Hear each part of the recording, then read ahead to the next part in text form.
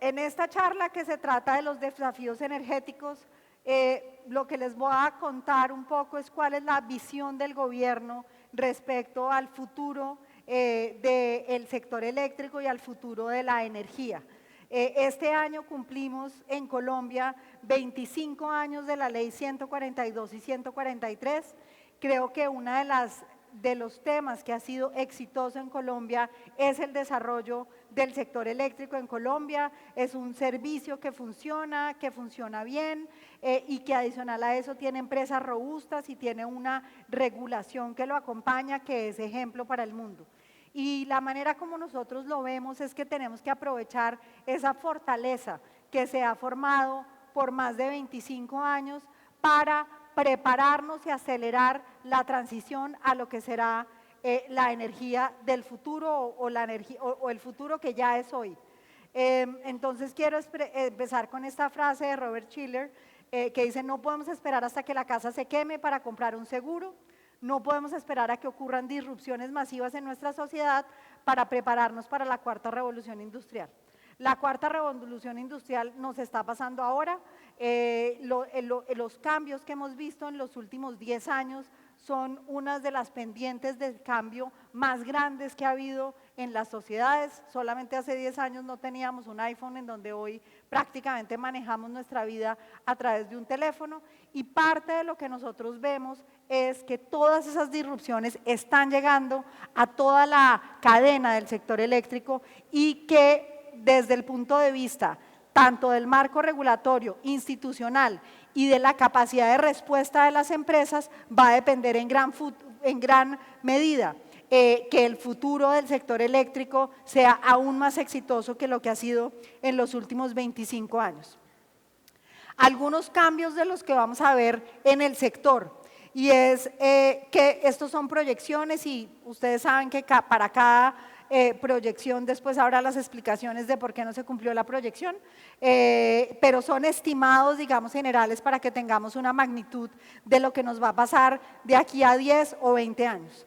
Primero, el 30% de la flota de vehículos será eléctrica en el 2040. Eso implicará, sin duda alguna, una demanda muy importante del sector eléctrica, de cargue sobre las redes. El estimado mundial es que más o menos cada vehículo equivale a la demanda de un hogar. En Colombia, que tenemos una intensidad energética de consumo por habitante un poco menor que los países más desarrollados, lo que calculamos es que más o menos un vehículo va a equivaler a entre 1.5 y 2 hogares en Colombia, pero eso significa que el crecimiento de la demanda que vamos a ver con la llegada de los vehículos eléctricos es muy importante.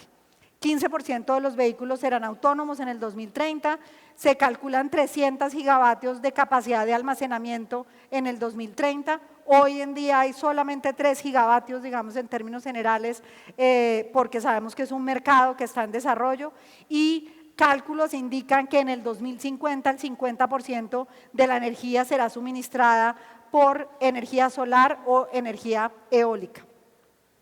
Los 5 temas fundamentales en donde vemos que la cuarta revolución industrial está trayendo cambios al sector eléctrico es, lo primero, todo el tema de generación distribuida. Sin duda alguna es algo que cambia, digamos, el paradigma de cómo fue creado sistemas como el colombiano. Todo el tema de inteligencia de los datos o flujos de información y cómo se toma información sobre los datos, y que eso de alguna manera además disminuye muchísimos de los riesgos que hay que sobreasegurar en el sistema. El rol del consumidor quizás es uno de los cambios más trascendentales que vamos a observar.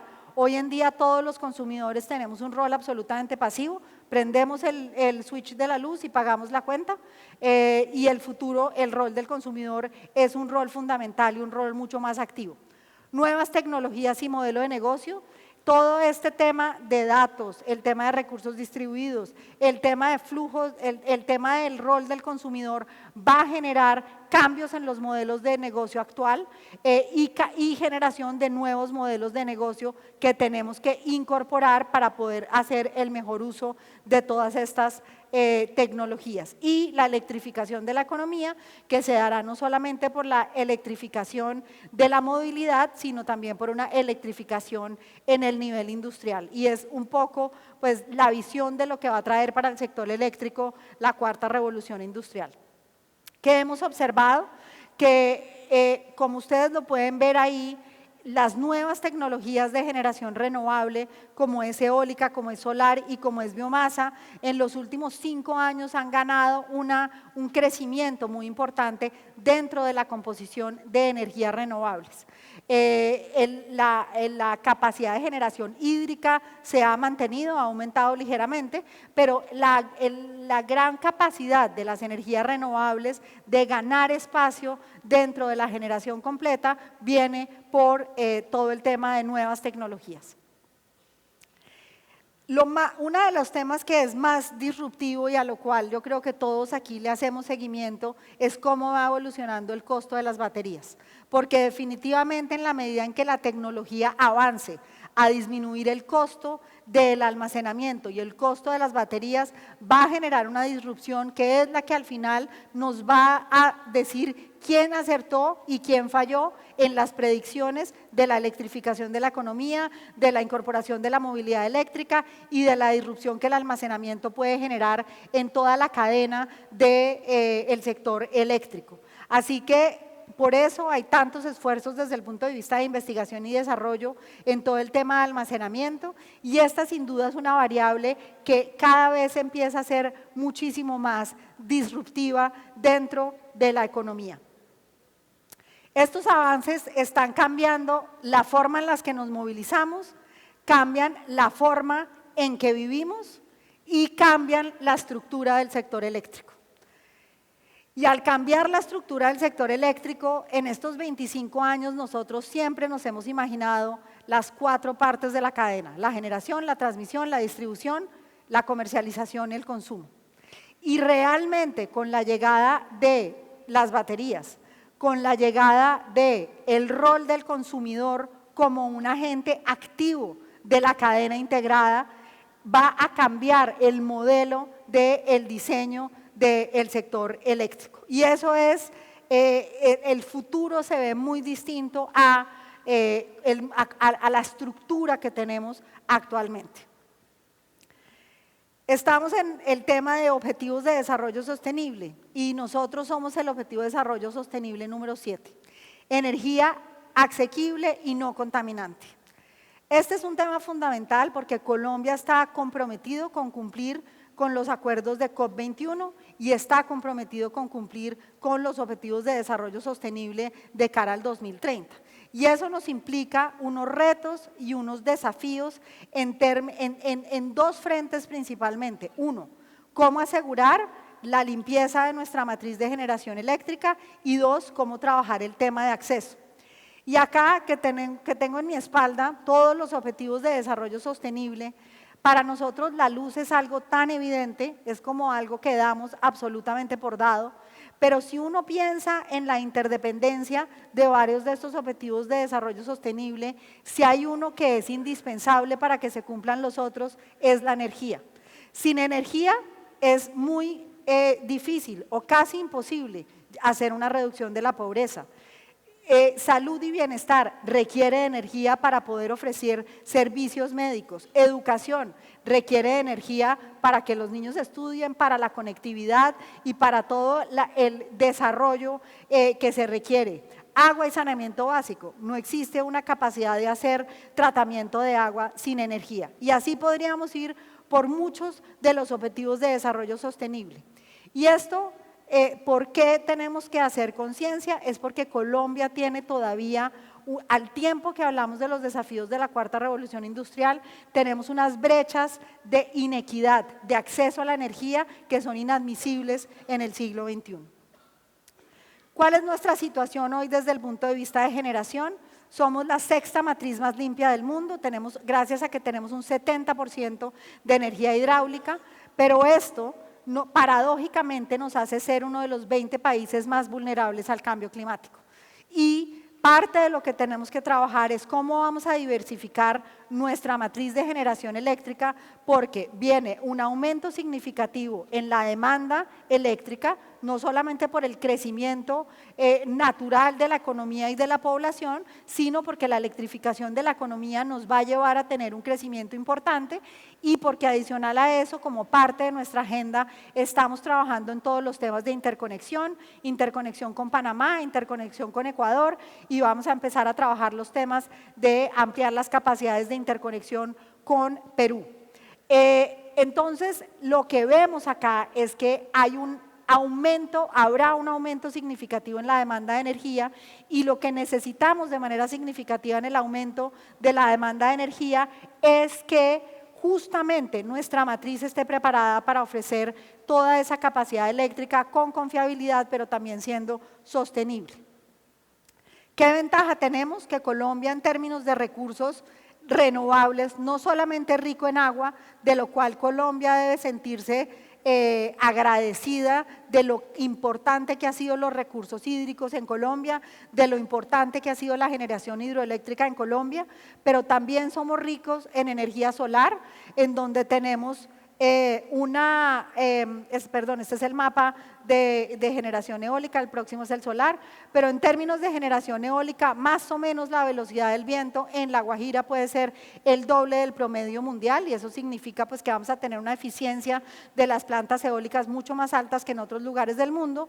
Y en términos de energía solar, tenemos concentrado en la zona norte del país y pues en muchos lugares unos niveles de radiación que dan una gran oportunidad al país para la incorporación de todos estos recursos. Y la gran ventaja, y lo vamos a ver en los temas de las subastas renovables, es que cuando nosotros vemos estos recursos, la energía solar y la energía eólica tienen una complementariedad muy importante con nuestra capacidad hídrica. ¿Por qué? Porque cuando vemos fenómeno del Niño tenemos muchísimo sol y eso nos da complementariedad, y también en los fenómenos del Niño tenemos mayores vientos en La Guajira. Entonces tenemos una complementariedad que realmente nos da una oportunidad muy importante. En términos de equidad, y diría yo que es un desafío que creo que tenemos muy grande como país, en donde no es un desafío solamente del gobierno nacional, sino de todas las empresas que están acá. En una conversación que tuvimos con Azocodis en su momento, con todas las empresas de distribución, les decía, tiene que ser inadmisible para nosotros que haya 500.000 usuarios, o sea, cerca de 2 millones de colombianos que no tienen acceso a la energía eléctrica. Simplemente nosotros no podemos pensar que va a haber un futuro mejor para el país, que va a haber paz, que va a haber territorios estables.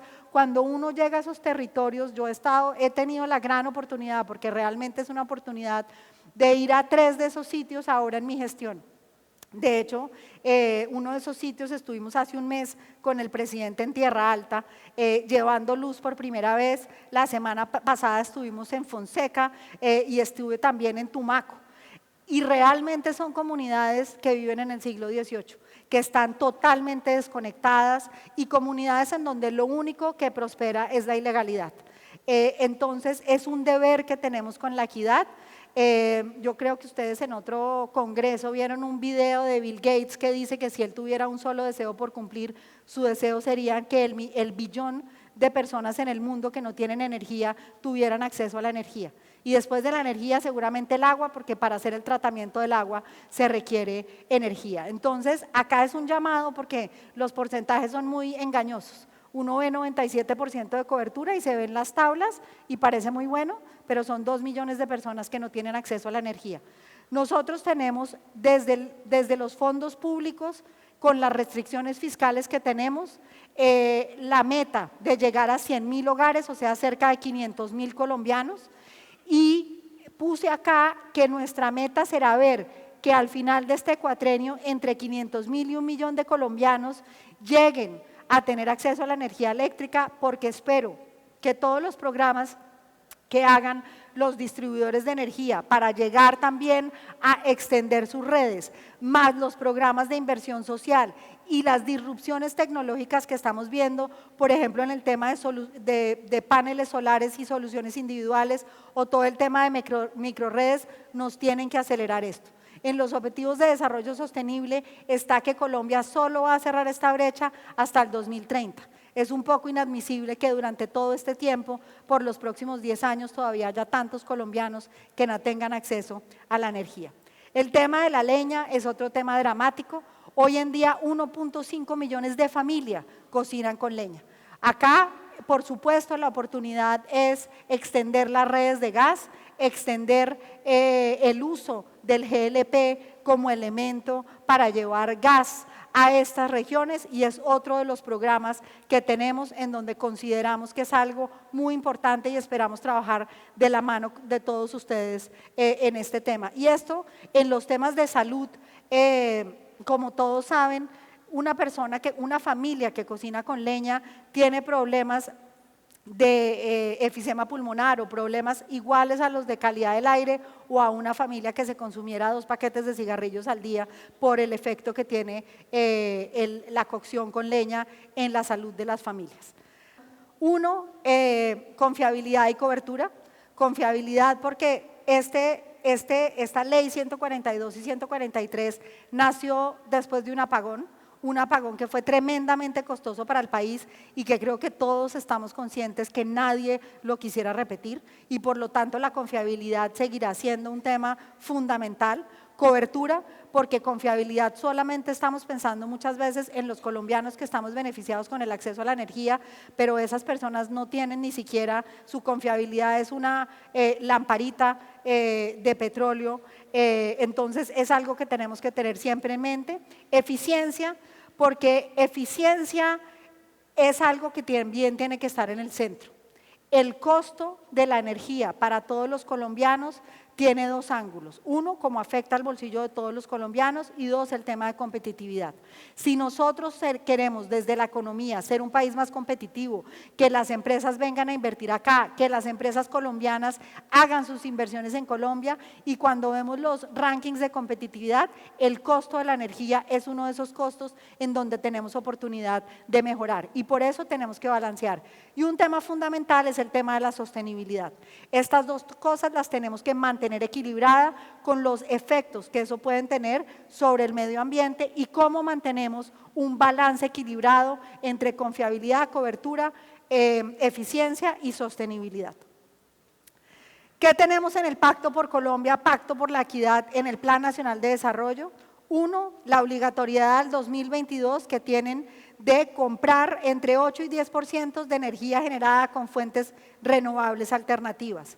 2, 1% de las transferencias eléctricas que generarán estos proyectos de energía renovable no convencional irán directamente a las comunidades. 3, y este es un tema que lo que queremos mostrar es que están puestos todo el set de incentivos de política pública para acelerar esta transición. Nosotros vemos que Colombia es un país que tiene una oportunidad inmensa y que es indispensable acelerar la transición. Por eso extendimos de 5 a 15 años la deducción del 50% de la inversión sobre el impuesto de renta para todas las inversiones en fuentes alternativas de generación renovable y todos los temas de eficiencia energética, que sin duda alguno será un impulso muy importante. Adicional a eso, anteriormente con la ley 1715 había un trámite que era complejo, que era demorado y no a todo el mundo le quedaba fácil acceder, que era el trámite de exclusión del IVA. Así que a partir del Plan Nacional de Desarrollo hay una exclusión automática del IVA para la adquisición de paneles solares. Adicional a eso, tenemos otros incentivos, como todos los que están en la ley de financiamiento, con respecto a la disminución de la tasa de renta, al descuento de todo el IVA del CAPEX, que es un incentivo muy importante, y 2 temas que no son menores, y es que todos los proyectos de fuentes no convencionales de energías renovables están excluidos de la necesidad de hacer un diagnóstico de alternativas ambientales. Eso fue una decisión tomada por el Ministerio de Ambiente y Desarrollo Sostenible, y tenemos un arancel que salió del comité de AAA el mes pasado de cero arancel para los vehículos eléctricos. Entonces, como ustedes pueden ver, hay un set completo de no solamente invitación, regulación, sino de incentivos para acelerar esta transformación energética y esta transición que creemos que es fundamental para el país. En movilidad eléctrica, que es un tema muy importante por el aumento que generará de movilidad eléctrica, porque nos va a cambiar la vida y nos va a cambiar el uso de la manera como funcionan las redes, de la manera como funciona nuestro sistema. Tenemos la Ley de Movilidad Eléctrica que fue sancionada por el Congreso de la República en esta primera legislatura, primer semestre del 2019 y que trae como meta tener 600.000 vehículos eléctricos en el 2030. Uno a veces se pregunta si esa meta es suficientemente agresiva y quizás podría serlo más, pero acá realmente hay un tema de realidad. Y es que todavía un vehículo eléctrico es supremamente costoso. Y es que un vehículo eléctrico, mientras un Sandero cuesta 40 millones de pesos, un vehículo eléctrico puede costar 100. Y hay otro vehículo que es el vehículo a gas, que cuesta más o menos lo que hay en un vehículo eléctrico. Entonces, nosotros estamos trabajando con el Ministerio de Ambiente, con el Ministerio de Transporte en la estrategia de movilidad. Y en esa estrategia de movilidad lo que vislumbramos es una flota que esté diversificada y que esté diversificada entre combustibles líquidos, vehículos a gas y vehículos eléctricos. Lo que seguramente, y eso nunca sabemos exactamente cuándo va a pasar, va a generar una disrupción muy acelerada, pero para lo que tenemos que estar preparados es cuando el costo de las baterías y la autosuficiencia vehicular haga que realmente el costo sea equiparable en un vehículo eléctrico y eso nos va a generar en un muy corto tiempo un aumento muy importante en la incorporación de vehículos eléctricos en el sector. Esto es muy importante tenerlo en mente porque desde el punto de vista de los sistemas de distribución, de las capacidades de las redes, de cómo debemos cambiar las estaciones de servicio para que sean estaciones de servicio que también tengan electrolineras, todo esto será lo que iremos a regular en los próximos meses. El sector eléctrico colombiano está en continua evolución e innovación. Y esa es la manera como nosotros lo vemos. Esto es un proceso continuo, es un proceso que no para y que lo que tenemos que estar es a la altura de cada una de estas circunstancias. Acá hay una lista, digamos, de cosas que ya más o menos lo he tratado, pero tal vez diría que lo más retante que tenemos nosotros como reguladores es ser capaces de ser suficientemente predecibles, pero al tiempo suficientemente innovadores. Y es un equilibrio difícil de lograr, pero es un equilibrio que requiere una visión de país distinta, desde qué significa la innovación en las políticas públicas y qué significa introducir la innovación. Y también requiere una actitud distinta del sector. Y será algo que tenemos que trabajar conjuntamente, pero definitivamente incorporar innovación cuando tenemos una regulación absolutamente taxativa de cosa por cosa, qué se puede hacer y qué no se puede hacer, es muy complicado. Así que cada vez más vamos a migrar hacia una regulación que sea una regulación en donde la clave del éxito está en la autorregulación de las empresas, en la autorregulación de los consumidores y en los buenos comportamientos. Y eso se puede hacer porque es parte de un mercado cuando el mercado madura y a eso nos la vamos a jugar, a una regulación que prime la autorregulación, una regulación en donde las empresas aquí son grandes, tienen además un capital financiero importante que está en juego y lo que el consumidor necesita es empresas que estén buscando a los consumidores, que estén llevándole mejores productos y que estén llevando toda la innovación de cara al consumidor y no necesariamente que la innovación tenga que estar solamente al ritmo de la capacidad regulatoria que siempre será escasa frente a la capacidad de innovación y más en los tiempos que estamos viendo. ¿Qué estamos adelantando? En el corto plazo, una agenda regulatoria muy importante de la CREC. Creo que Cristian Jaramillo estuvo esta mañana en el panel hablando de varias de estas cosas, pero realmente en el primer semestre dedicamos, yo diría que un pedazo importante a la subasta del cargo por confiabilidad, una subasta exitosa, una subasta que tuvo muchas cosas positivas. Lo primero, nos despejó las dudas de si íbamos a tener suficiente confiabilidad de cara al 2021-2022 e independientemente de la entrada de Hidroituango habrá suficiente confiabilidad, y eso era uno de los desafíos que cuando llegamos como gobierno, Ricardo Ávila, que ahorita me va a hacer el pushback, me titulaba así como uno de mis chicharrones. Ese es uno, digamos, que con la subasta de cargo por confiabilidad quedó atendida, y además la gran noticia de que tuvimos varias tecnologías y que por primera vez en la subasta de cargo por confiabilidad entraron 1.398 megavatios de energía solar y de energía eólica. En el resto del tiempo vamos a estar trabajando en la CREC en diversos temas.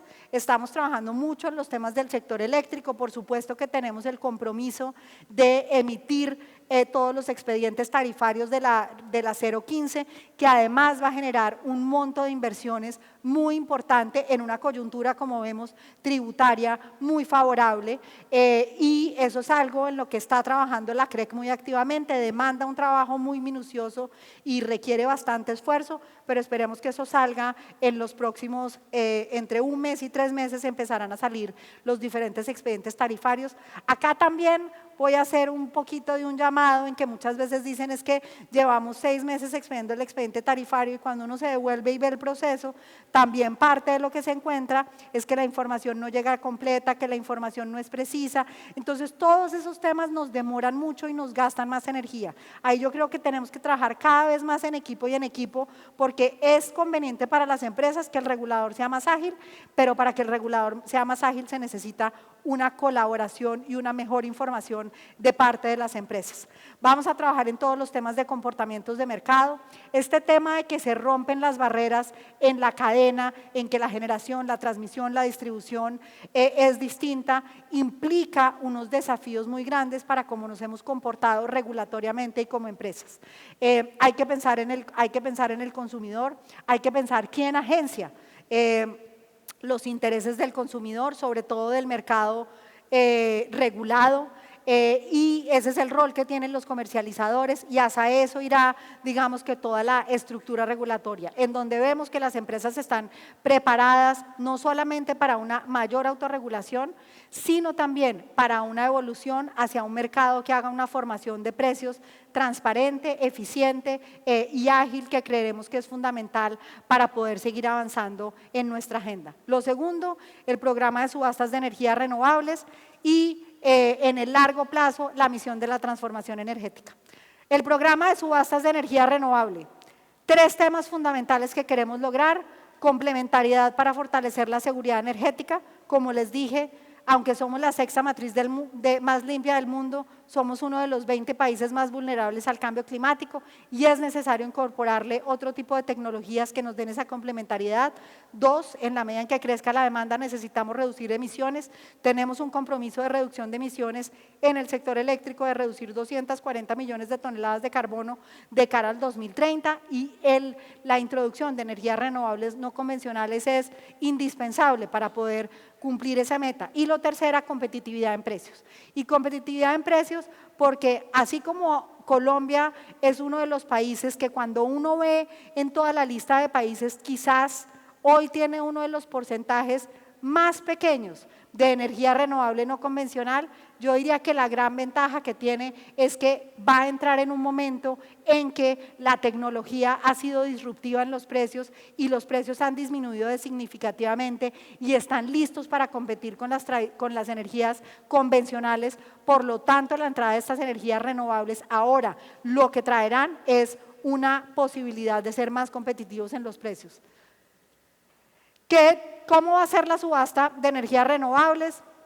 La subasta de energías renovables publicamos para comentarios, en este momento lo mandamos a la Superintendencia de Industria y Comercio. ¿Qué vamos a tener? 1, será solamente para energías renovables no convencionales. 2, solamente tendremos criterios de precalificación. Y 3, serán todos los proyectos nuevos mayores o iguales a 5 megavatios. Que vayan al despacho centralizado. ¿Cómo va a ser el producto?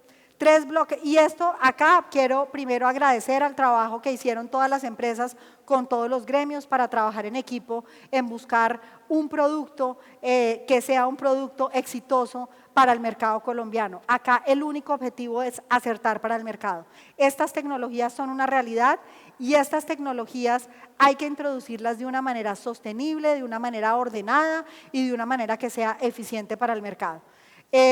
Así que vamos a hacer un producto en donde habrá 3 bloques horarios, la cantidad va a ser adjudicada para cada uno de los bloques horarios, el precio será el adjudicado en la subasta más el CERE, será un contrato de 15 años, será un contrato pague lo contratado y será en pesos el contrato.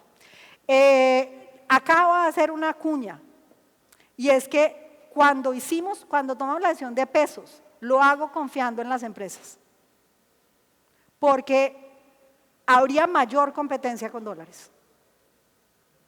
Entonces, si las empresas actuales se resisten a entrar, están invitando, digamos, a mayor obligatoriedad.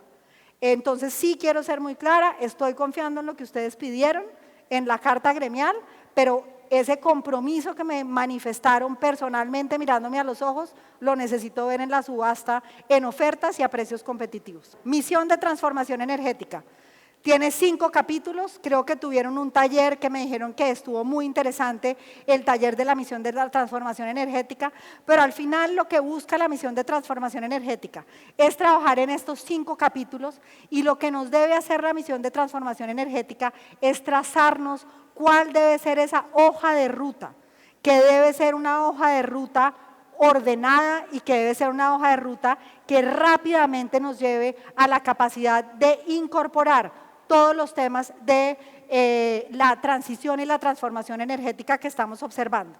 Los 5 capítulos son competencia, participación y estructura del mercado eléctrico, el rol de gas en la transformación energética, la descentralización, digitalización y gestión eficiente de la demanda, aumento de cobertura de energía eléctrica y cómo vamos a focalizar los subsidios y la revisión del marco institucional y regulatorio. Los resultados de la misión deben estar listos en noviembre y sin duda marcará un paso muy importante en el camino regulatorio que tenemos que emprender. Tenemos un sinnúmero de expertos en cada uno de los capítulos, expertos nacionales e internacionales, además habrá peer reviewers, así que creo que tenemos un equipo muy sólido que nos ayudará a trazar esa ruta en la que esperamos la participación muy activa de empresas, de gremios, de consumidores y de todo el mundo para trazar esa hoja de ruta.